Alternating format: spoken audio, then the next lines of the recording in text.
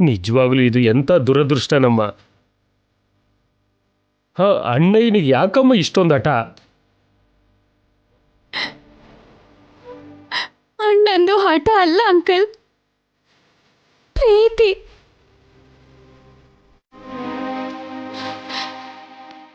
ಅಣ್ಣ ಬಂದಿದ್ದು ಜಾಬ್ಗೋಸ್ಕರ ಅಲ್ಲ, ನನಗೋಸ್ಕರ.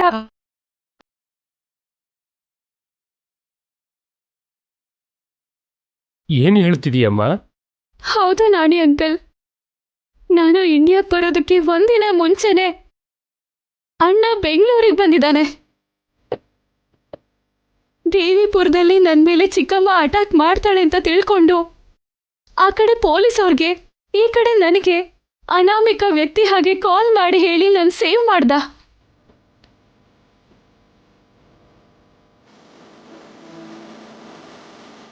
ಅದು ಅಣ್ಣನೇ ಅಂತ ಅವಾಗ ನನಗೆ ತಿಳ್ಕೊಳಕ್ಕಾಗ್ಲಿಲ್ಲ.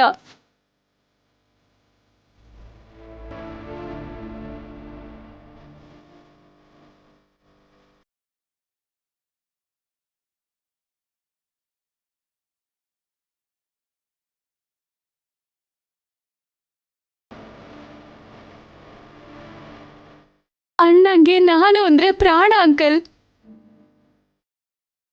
ನನ್ ಬಿಟ್ಟು ಎಲ್ಲಿಗೆ ಹೋಗ್ತಾನೆ? ಅಪ್ಪ ಅಮ್ಮ ಇಲ್ಲ ಅಂತ ಗೊತ್ತಾದ್ಮೇಲೂ ಕೂಡ ನನ್ನಿಂದ ದೂರ ಇರ್ತಾನ? ಅಣ್ಣ ನನ್ನ ಹತ್ರನೇ ಇದ್ದಾನೆ ಅಂಕಲ್.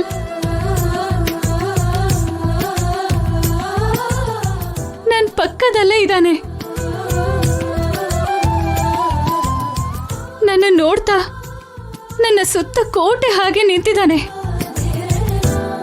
ನನ್ನ ಕಾಪಾಡೋದಕ್ಕೆ ಅವನು ಯಾರು ಗೊತ್ತಿಲ್ಲದ ಹಾಗೆ ತಾನು ಯಾರು ಅಂತ ಹೇಳ್ದೇನೆ ನನ್ನ ಕಣ್ಣಿಗೆ ಕಾಣಿಸ್ದೇ ಇರೋ ಯುದ್ಧನ ಅವನು ಮಾಡ್ತಿದ್ದಾನೆ. ಹೇಳ್ದೆ ಅಲ್ವಾ ಅಂಕಲ್, ಅಣ್ಣನೇ ನನ್ನ ಸೈನ್ಯ, ಅಣ್ಣನೇ ನನ್ನ ಧೈರ್ಯ. ಅಪ್ಪ ಅಮ್ಮ ಒಂದಾದ್ರೆ ಅಣ್ಣ.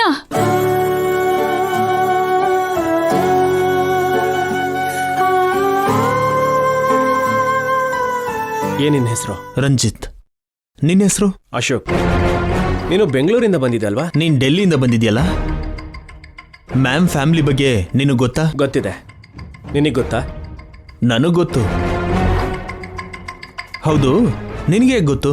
ನಿನಗೆ ಹೇಗೆ ಗೊತ್ತು ಅಂತ ಹೇಳು. ನನ್ನ ಅಪಾಯಿಂಟ್ ಮಾಡೋದಕ್ಕೂ ಮುಂಚೆ ಎಲ್ಲ ವಿವರವಾಗಿ ಹೇಳಿದ್ರು. ನನಗೂ ಹಾಗೆ ಹೇಳಿದ್ರು, ಫುಲ್ ಡೀಟೇಲ್ ಆಗಿ.